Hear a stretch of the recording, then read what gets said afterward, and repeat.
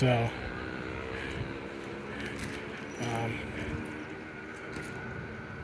cool.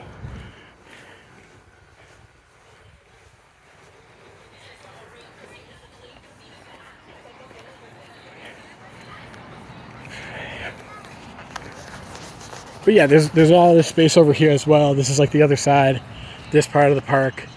There's a war memorial over there, cannon, which is not uncommon to have a cannon. This is the 4.2 inch Parrott gun. It was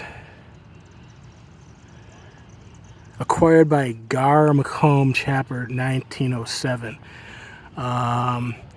It's 4,200 pounds. It fired 30-pound shot. The guns remaining 198 as of 2006.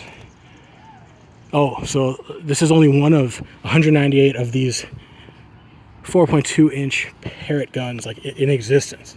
So it's rare. It's a rare gun. I mean, this is very substantial. When you if you touch it, hit it. Ooh, yeah, that's not going anywhere. It's solid. It feels like concrete. So you got a war memorial over here.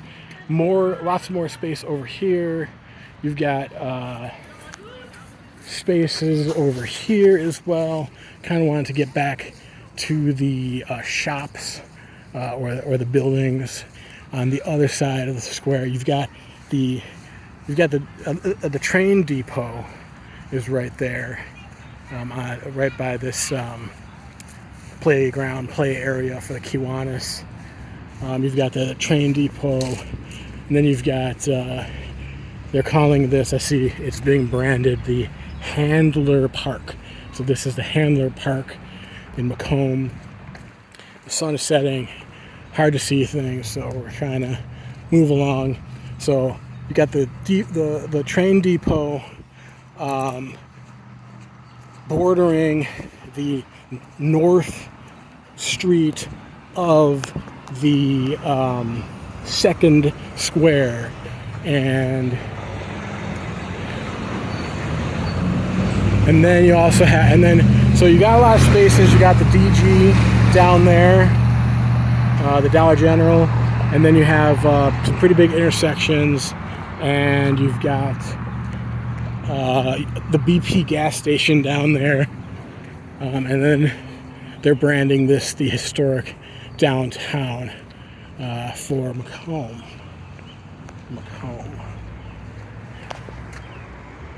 Is this a skill space? I don't know. These are like visibility spots, It's like if you're trying to just be a little bit more visible, have people see what you're doing. We also talked about how if you go out for 5-10 minutes, you might have an impact, You don't have to go for a long time, especially in those types of places. That's what I recommend. I would say 20 minutes is long enough. Really 5, 10, maybe 15 minutes. And then go into the park. You had some visibility time and not too much, and then go into the park or go wherever else you're going to go. So yeah, here we go.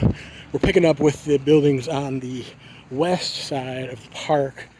That is the secondary square. So over there, that's the primary square with the courthouse. Have a few monuments. So no bicycling, no skateboarding, no rollerblades on the public sidewalk.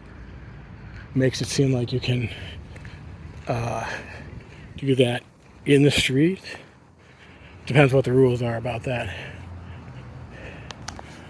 So you have to find out on the local tip, the local scene. So yeah, this is why I'm saying it's kind of like a secondary square, because you got this side, you've got that side, you've got the depot, and then you have a few businesses also, as you can see right down over here. So those are those. So it really is kind of a primary square, secondary square situation. And yeah, and so here's another one. Look at this potential skill space right over there. Another one, but here, the thing with this is, and I'll give like credit to however this came together with the city, and they've got nice curb cutouts and stuff like. But this is, so I'm a little, I don't know exactly about this one. It actually seems okay. As far as like the mud and the dirt and stuff. But this, to me, this is like a vacant, empty lot. Like this was a building, I'm guessing, at some point, and then it was torn down. But I guess, another example of Macomb being, kind of extraordinary or different, because, in 50 other towns, this would definitely be all gravel and not something you'd want to walk on. So they've like kind of created like possibly more park space. I don't know if that's considered park space or not. I mean, it's not marked, as like a park.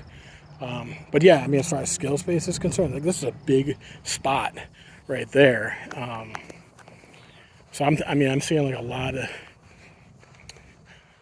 possible skill spaces, in the 2 squares in Macomb, Illinois, if you ever get out here.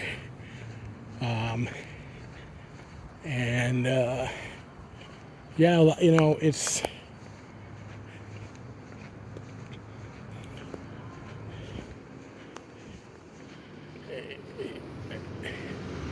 kind of saying a little bit about like, like for like a final thought. I guess take a look over here, but for a final thought, just like about small towns in general, and this is the north array of. Here's another Monopoly piece.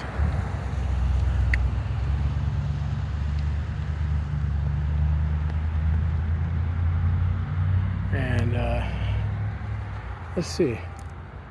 So it's dedicated May 9th, 2024. Definitely post-COVID. Definitely after I was here. So here's that array of stores, and this is these face south on the north side of the main square with the courthouse. And so the main square has businesses all along, and that's what you usually see when you go to a town that has a courthouse in the middle. Like it's the equivalent to a downtown. Like when you go to a city, you get like, I don't know, you're looking at like 80,000, something like that, 60,000, 80,000, 100,000, 200,000. Like now you get into a city, probably not gonna have a square like that. The exception or something I could come up with that like relates to a square would be like Indianapolis, which has the downtown is sort of focused around the square, that has like a statue, like a memorial statue in the middle of their downtown. So that's what, and then I think in Indianapolis maybe like 500,000, maybe 1 million. I mean, it depends.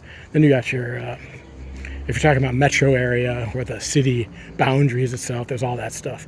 So, but that's one example. And then also I think Philadelphia kind of has their courthouse as a central focus, but it definitely has a different feel than like a square like this. This is your, for those who don't know, this is like the small town square, like sort of template that is repeated a lot. So, I was just going to end with like a thought about like, like what the state of small towns are in America in 2026. And I guess what I found in my travels and and seeing lots of different spaces. It's just there are a lot of empty storefronts, but it'll also surprise you. Some of the things will surprise you. So I wouldn't even I know I was giving Decatur a little bit of a hard time the other day, because it does have they process a lot of corn in Decatur, and so there is this sort of smell, like a burning corn smell, because that's what they're doing. They're like processing the corn. But so I was like, it's kind of concerning. I'm wondering like if it's not good to breathe, that kind of stuff. So